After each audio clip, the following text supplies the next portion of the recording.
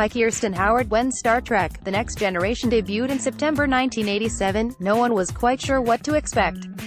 After all, this was a new enterprise with a new crew trying to revitalize a franchise that had only lasted 3 seasons the last time it was on television.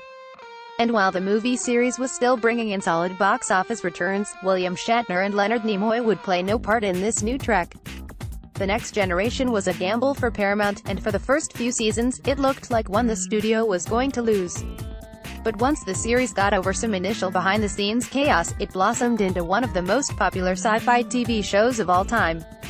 Even as bigger and shinier installments in the franchise continue to come out, this is the definitive Star Trek for countless fans. So lean back in your captain's chair and enjoy 10 facts about Star Trek: The Next Generation. 1. The show got off to a rocky start. Things were tumultuous at best behind the scenes during the first season of the show, as writers and producers clashed with creator Gene Roddenberry over themes, characters, and ideas on a weekly basis. The infighting and drama became such a part of the show's legacy that William Shatner himself chronicled all of it in a 2014 documentary called Chaos on the Bridge, which is currently streaming on Netflix. In it, producers, writers, and actors recounted anecdotes about the difficulties they had dealing with Roddenberry's somewhat overbearing mandates, including his infamous rule that there never be any direct conflict between the Enterprise crew members, unless one was possessed by an alien, of course, and his habit of throwing out scripts at the last minute. This led to 30 writers leaving the show within the first season, according to story editor and program consultant David Gerald. As Roddenberry's health began to deteriorate after the first season, his influence over the writers waned, freeing up ideas that were departures from the creator's original vision. He would pass away in 1991, but his presence would never completely leave the series. For years, a small bust of Roddenberry sat on executive producer Rick Berman's desk with a blindfold wrapped over its eyes. "Whenever they come up with a story I don't think Gene would like," Berman said, "I blindfold him when we discuss the story." 2. Gene Roddenberry really didn't want a bald captain. For years, William Shatner had cast the mold by which all future Star Trek captains would be judged. And it was that image of the confident, swashbuckling James T. Kirk that Roddenberry wanted to preserve when bringing a new captain in for The Next Generation. So when Berman wanted to cast Patrick Stewart as Captain Jean-Luc Picard, the issue was clear: he was no Shatner. Roddenberry was completely unconvinced that Stewart was right for the role, with Berman saying the Trek creator didn't like the idea of a bald English guy taking over. But after countless auditions with other actors, Berman continued to bring Stewart up to Roddenberry, who eventually caved and agreed to bring him in for a final audition under one condition: he wear a wig. So Stewart had a wig FedExed from London and auditioned for Roddenberry and Paramount Television head John Pike one final time. That audition was enough to win Roddenberry over, and Stewart was finally brought aboard as Picard with the wig cast aside. Roddenberry would eventually go on to fully embrace Picard's follicular shortcomings, and according to Stewart, when a reporter at a press conference once asked him why there wouldn't be a cure for baldness in the 24th century, Roddenberry responded by saying, "No, by the 24th century, no one will care." 3. Only one person has ever played himself in Star Trek history.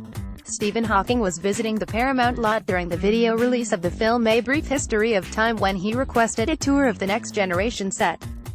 After making his way onto the iconic Enterprise bridge, he stopped and began typing into his computer. Suddenly, his voice synthesizer spoke, "Would you lift me out of my chair and put me into the captain's seat?" Hawking asking to be removed from his chair was basically unheard of, so his wishes were granted immediately. Later, with writers having become aware that he was such a huge Trekkie, Hawking himself was written into the 6th season finale episode, Descent, Part 1, by Ronald D. Moore, who would later go on to reimagine the Battlestar Galactica universe. 4. A whole episode was written for Robin Williams. Late actor and comedian Robin Williams was also a huge fan of the show and was desperate to appear in it, so an episode of the 5th season, A Matter of Time, was drawn up by Berman to allow Williams to shine at the center of a mystery about Professor Berlinghoff Rasmussen, a time-traveling historian from the future visiting the past to observe the Enterprise crew completing an historic mission. Unfortunately, when it came time to shoot the episode, Williams found himself unavailable to appear in the episode.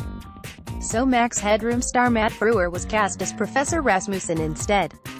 5. Patrick Stewart approached being tortured on screen very seriously. In the episode, Chain of Command, Part 2, Picard has been captured by Kardashians and is subjected to a variety of torture methods by his interrogators. As a member of the human rights organization Amnesty International, Stewart did not want to shy away from the realities of torture, so he watched tapes sent to him that included statements from people who had been tortured and a long interview with a torturer explaining what it was like to be the one inflicting pain on others. Stewart also insisted on being completely nude during the first torture scene, so as not to betray the experiences of those who had undergone similar horrors. 6THEY used some practical effects.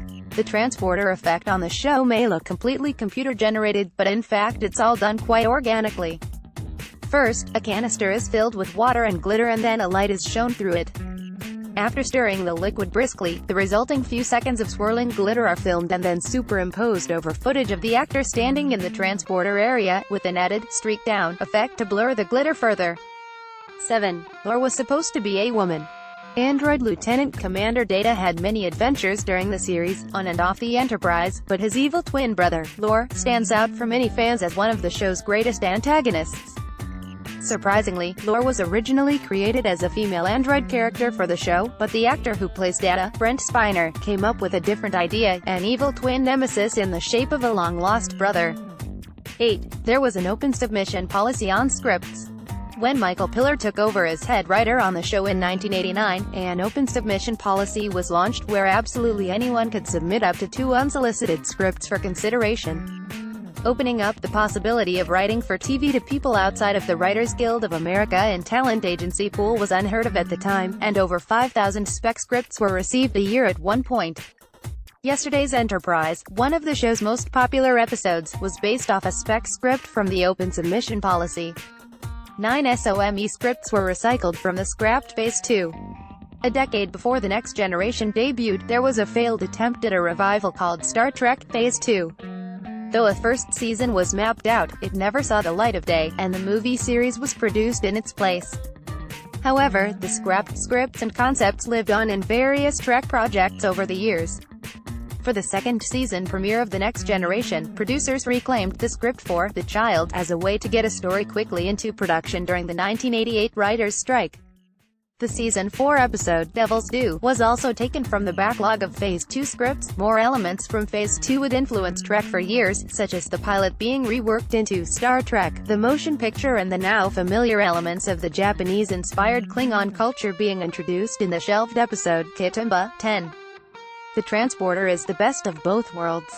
In what was either a cost-cutting move or a sly Easter egg, or both, the ceiling of the Enterprise's transporter room in The Next Generation is actually the floor of the transporter room from the original series. That's far from the only recycling that went on between the Trek series. The orbital office complex from Star Trek, the motion picture, was reused as the Revitalize station in The Wrath of Khan, which was then itself reused as a number of different space stations on The Next Generation, plus Deep Space Nine and Voyager.